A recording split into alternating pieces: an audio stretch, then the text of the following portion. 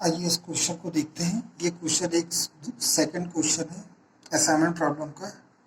ये जॉब्स दे रखी हैं ABCDE, these are jobs, these they are workers, first, second, third and fourth, ये वर्कर्स हैं और ये क्या है, जॉब्स। ये जॉब्स,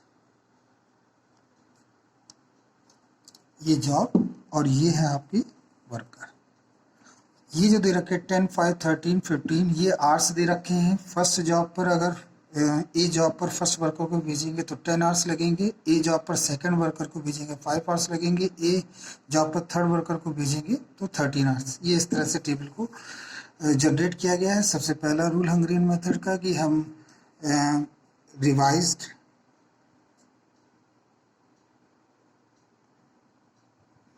टेबल सबसे पहला करते हैं रो लोवेस्ट।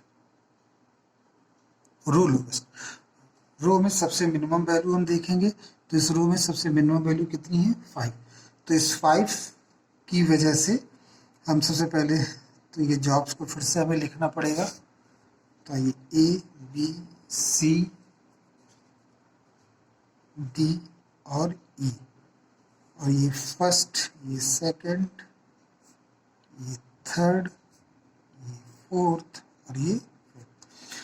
पहले रो में सबसे लोवेस्ट वैल्यू है 5, तो वो हम सब्ट्रैक्ट कर देंगे तो आएगा 5, 0, 8, 10 एंड 11। सेकंड में सबसे लोवेस्ट वैल्यू है 3, तो आपसे सब्ट्रैक्ट करेंगे 0, 6, 15, 10 एंड 3। थर्ड में सबसे लोवेस्ट वैल्यू है 2, तो आप सब्ट्रैक्ट करेंगे 10 माइनस 2 बिकम्स 8, 7 माइनस 2 बिकम्स 5, 0, 0, 0। इसमें सबसे लोवेस्ट वैल्यू है 7, तो उसे सब्ट्रैक्ट कर देंगे 0, 4, 2, 0 एंड 5।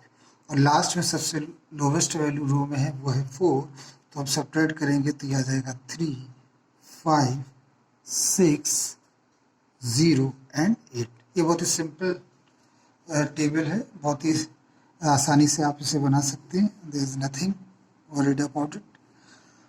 अब चूंकि हम ये ऑब्जर्व करेंगे क्या सेकंड टेबल की ज़रूरत है कि नहीं, तो उसको देखने के लिए क्या ज़रूरी है, हम ये देखेंगे कि क्या हमारे पास रो, हर each row having at least 1 0। तो फर्स्ट रो में एक 0 है, सेकंड रो में एक 0 है, थर्ड रो में एक 0 है और फोर्थ रो में 0, एक 0 होना जरूरी है, 2 हो इट्स ओके। कॉलम में देख लेते हैं क्या 0 है, तो यस कॉलम में, पहले कॉलम में 0 है, यस दूसरे कॉलम में 0, यस थर्ड कॉलम में 0, यस फोर्थ कॉलम में 0, यस फिफ्थ कॉलम। तो देयर इज नो नीड, यहाँ लिखेंगे देयर इज नो नीड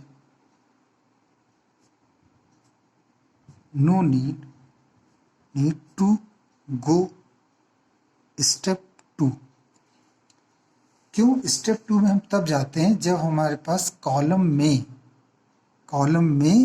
0 ना हो। यहाँ पर ऑलरेडी 0 आ गया, इसलिए अब हम स्टेप नंबर 2 की ओर मूव नहीं करेंगे। नाउ अब हम फिर से टेबल बनाकर असाइन करेंगे। ये टेबल फिर से जनरेट करते हैं। So make table again. आइए फिर से ABCDE, first, second, third, fourth and fifth.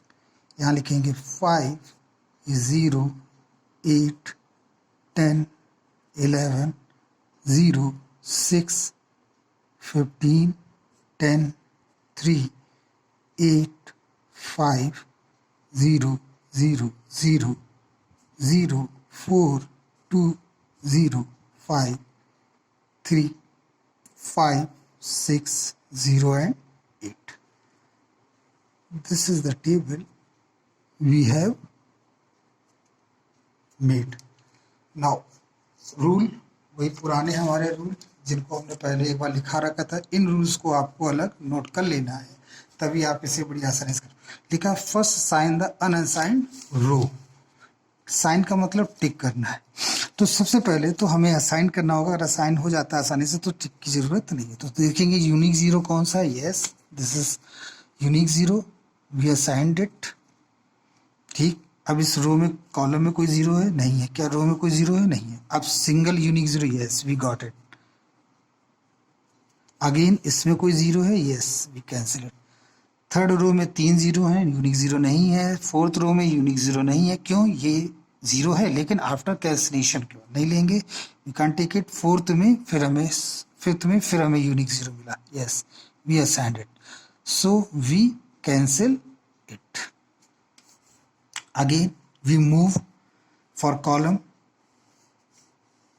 Single zero, yes we have a single zero.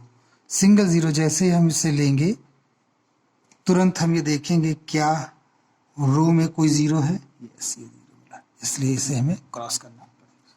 Now again we got a case, typical case, there are 5 workers 1 2 3 4 5 and having only 4 assignments, तो we have to follow this rules. What, how can we apply these rules? First we look that row which has no assignment, तो हम पहले वो रो देखेंगे जिसमें कोई assignment नहीं है, वो है ये, इसे हम टिक करेंगे, यस। फिर इसमें हम वो देखेंगे जो अनअसाइंड जीरो है, उसके लिए कॉलम में टिक करेंगे, यहाँ पर। फिर इसमें ये देखेंगे क्या कोई हमें असाइंड जीरो दिख रहा है, यस ये है, यहाँ पर रो में हम टिक करेंगे।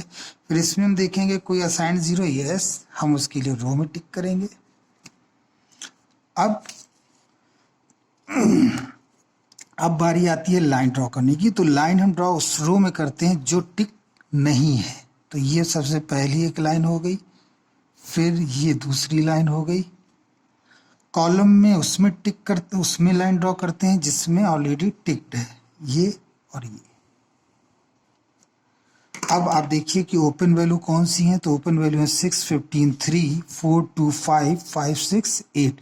इन सब में लोवेस्ट वैल्यू कितनी है, तो वो है आपकी 2। तो इनसे हम इस 2 को सब्ट्रैक्ट कर देंगे, सिंगल लाइन वैल्यू को चेंज नहीं करेंगे, क्रॉस पॉइंट की वैल्यू में ये 2 ऐड हो जाएगा, जैसा ये रूल्स हमने आपको पढ़ा। तो we again make a table A B C D E, first second third fourth fifth. तो जैसे कि आप देख पा रहे हैं कि सबसे लोवेस्ट वैल्यू कितनी है, लोवेस्ट वैल्यू है आपकी 2, तो ये क्रॉस सेक्शन वैल्यू है, तो इसमें ये 2 ऐड हो जाएगा, तो हम इसमें ऐड करेंगे 5 2 7, ये 0 है एज इट इज़ रहेगा, ये 8 है एज इट इज़ रहेगा, ये 10 है 12 हो जाएगा, ये 11 है एज इट इज़ रहेगा, क्योंकि क्रॉस पॉइंट की जो वैल्यूज़ होती हैं उनमें हम ऐड करते हैं। ये एज इट इज़ रहेगा, 6 में हम 2 को सब्ट्रैक्ट कर देंगे 4, और ये 13, ये आपका एज इट इज़ 10 रहेगा, ये 3 में 2 सब्ट्रैक्ट हो जाएगा 1 आएगा। ये क्रॉस की वैल्यू है इसलिए हमें इसमें ऐड करना पड़ेगा 2 10, ये 5 है एज इट इज़ रहेगा, 0 एज इट इज़ रहेगा, 0 में 2 ऐड कर देंगे तो ये 2 हो जाएगा, क्यों, क्रॉस सेक्शन 0 है, और ये 0 है। फिर ये 0 लिखेंगे हम यहाँ पर, ये 0 एज इट इज़ रहेगा, 4 घट जाएगा 2 आएगा, 2 बिकम 0, और ये 0 एज इट इज़ रहेगा, 5 में 3 लिखेंगे क्योंकि सब्ट्रैक्ट हो जाएगा, open value 3 as it is 3 रहेगा, 5 में सब्ट्रैक्ट करेंगे 2 को, 6 बिकम्स 4, ये 0, और 8 2 सब्ट्रैक्ट करेंगे तो ये आ जाएगा आपका 6। So these value we have this will now again we go with assignment.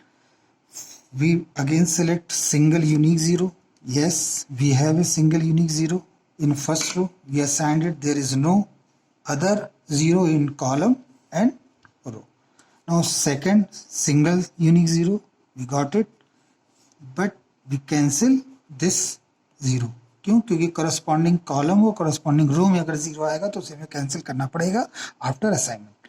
सी में सिंगल 0 नहीं है, डी में सिंगल 0 नहीं है, ई में सिंगल 0, तो भी हम इसे असाइन कर देंगे और इसे हम क्रॉस कर देंगे। अब कॉलम में चलेंगे, पहले में सिंगल ज़ीरो नहीं है, दूसरे में सिंगल ज़ीरो नहीं है, तीसरे में सिंगल ज़ीरो,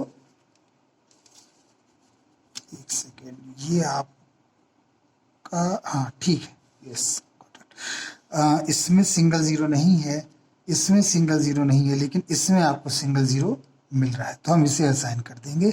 और जैसे आप इसे असाइन करेंगे ये ऑलरेडी कैंसिल हो जाएगा। अब आप देख लीजिए इस पूरे में आपको एक ही ज़ीरो मिल रहा है और वो सिंगल ये है, इसे आप बिना आसानी से असाइन कर देंगे क्योंकि लास्ट ऑप्शन यही बचता है। तो इस तरह से 5 वर्कर्स हैं, 5 असाइनमेंट्स हैं। फाइनल आंसर हम कैसे लिखेंगे? फाइनल आंसर लिखने के लिए हम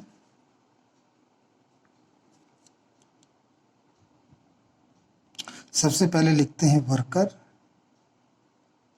फिर लिखेंगे जॉब, फिर लिखेंगे टाइम।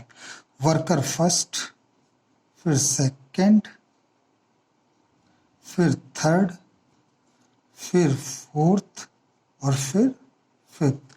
जॉब, फर्स्ट वर्कर को कहाँ भेज रहे हैं? बी जॉब पर। सेकंड वर्कर को कहाँ भेज रहे हैं? ए जॉब पर। थर्ड वर्कर को कहाँ भेज रहे हैं? डी जॉब पर। फोर्थ वर्कर को कहाँ भेज रहे हैं? ई जॉब पर। और फिफ्थ वर्कर को कहाँ भेज रहे हैं? सी जॉब पर। जब फर्स्ट वर्कर को हम बी जॉब पर भेज रहे हैं तो करस्पॉन्डिंग वैल्यू देखिए, बी के लिए करस्पॉन्डिंग वैल्यू 3 है, तो यहाँ लिख देंगे 3। फिर सेकंड के लिए करस्पॉन्डिंग वैल्यू कितनी है? 5। फिर थर्ड के लिए करस्पॉन्डिंग देखिए डी और थर्ड, डी और थर्ड, ये दिस दैट बिकम्स 9। फोर्थ और ई, ये क्रॉस सेक्शन हो रहा है, यहाँ देखिए फोर्थ और ई, ये क्रॉस सेक्शन, दैट बिकम्स 4। और फिफ्थ में जाएंगे तो ये देखिए थर्ड और सी, फिफ्थ और सी का क्रॉस सेक्शन, फिफ्थ और सी का क्रॉस सेक्शन, दैट बिकम्स 2। तो इसे हम ऐड कर लेंगे, 5 + 3 + 9 + 4 + 2, that becomes 23, that becomes 23 hours। This is your final answer. तो इस तरह से आपका हंगेरियन मेथड, इस तरह से आपका असाइनमेंट प्रॉब्लम कंप्लीट होता है। नेक्स्ट वीडियो में हम लोग डिस्कस करेंगे सीपीएम और PERT. Thank you so much.